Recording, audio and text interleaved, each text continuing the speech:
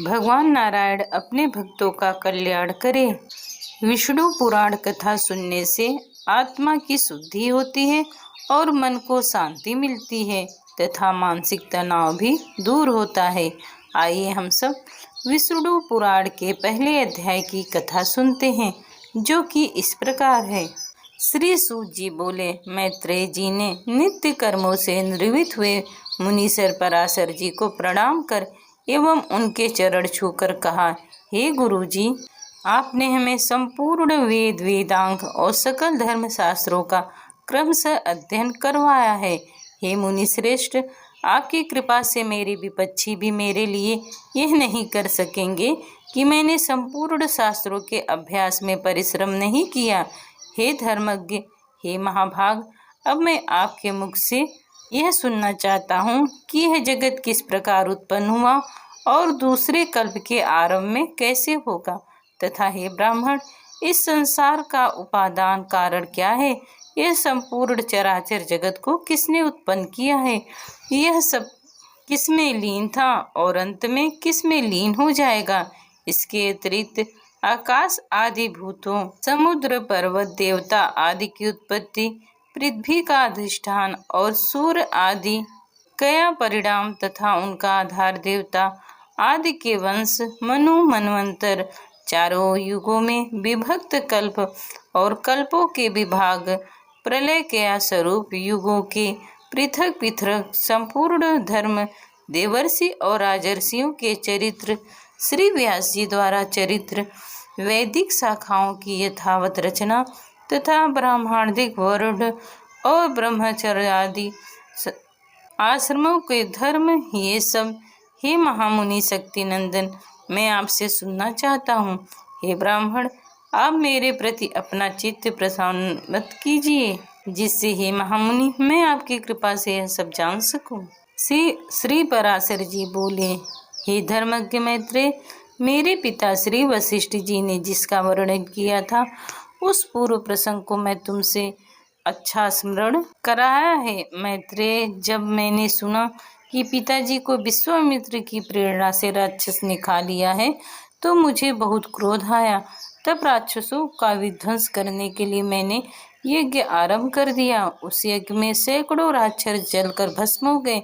इस प्रकार उन राक्षसों को सर्वथा नष्ट होते देख मेरे महाभाग वशिष्ठ जी ने मुझसे कहा, हे वत्स, अत्यंत क्रोध करना ठीक नहीं है। अब इसे शांत करो। राक्षसों का कुछ भी अपराध नहीं। तुम्हारे पिता के लिए तो ऐसा ही होना था। क्रोध तो मूर्खों को हुआ करता है, विचारवान को भला कैसे हो सकता है। भला कौन किसी को मारता है? पुरुष स्वयं अपने किए गए फल को भोगता है। हे विप्रवर, यह क्रोध तो मनुष्य के लिए अत्यंत कष्ट संचित यश और तप का भी प्रबल नाशक है। हे तात, यह लोक और परलोक दोनों को बिगाड़ देने वाला है। इस क्रोध को महर्षि गरुड़ सर्वदा त्याग करते हैं, इसलिए तू उसके वशीभूत मत हो। अब इन बेचारे निपराध राक्षसों को दंड देने से क्या लाभ। अपने इस यज्ञ को समाप्त करो। साधुओं का धन तो सदा क्षमा ही है। महात्मा दादाजी के इस प्रकार समझाने पर उनकी बातों के गौरव का विचार कर मैंने यह यज्ञ समाप्त कर दिया। इससे मुनिश्रेष्ठ भगवान वशिष्ठ जी बहुत प्रसन्न हुए। उसी समय ब्रह्मा जी के पुत्र पुलस्त्य जी भी वहां आ गए। पितामह ने उन्हें अर्घ्य दिया। तब वे महर्षि पुलह के ज्येष्ठ भ्राता महाभाग पुलस्त्य जी आसन ग्रहण करके मुझसे बोले, पुलस्त्य जी बोले, तुमने चित्त में बड़ा बैर भाव रखने पर भी अपने बड़े बूढ़े वशिष्ठ जी के कहने पर क्षमा स्वीकार की ली है, इसलिए तुम संपूर्ण शास्त्रों की ज्ञाता होगे। हे महाभाग, अत्यंत क्रोधित होने पर भी तुमने मेरी संतान का सर्वथा मूलोच्छोदन नहीं किया है, अतः मैं तुम्हें एक और उत्तम वर देता हूँ। हे वत्स, तुम पुराण संहिता के वक्ता होगे और देवताओं के यथार्थ स्वरूप को जानोगे तथा मेरे प्रसाद से तुम्हारी निर्मल बुद्धि, प्रवृत्ति और निर्वृत्ति से उत्पन्न करने वाले कर्मों में निसंदेह हो जाएगी। फिर मेरे पितामह भगवान वशिष्ठ जी बोले, पुलस्त्य जी ने जो कुछ कहा वह सभी सत्य होगा। हे मैत्रेय, इस प्रकार पूर्व काल में बुद्धिमान वशिष्ठ जी और पुलस्त्य जी ने कहा था वह सब तुम्हारे प्रश्न से मेरे को स्मरण हो आया है। अतः हे मैत्रेय, तुम्हारे पूछने से मैं उस संपूर्ण संहिता को तुम्हें सुनाता हूँ। तुम मुझे भली प्रकार से सुनना। यह जगत विष्णु से उत्पन्न हुआ है, उसी में स्थित हुआ है।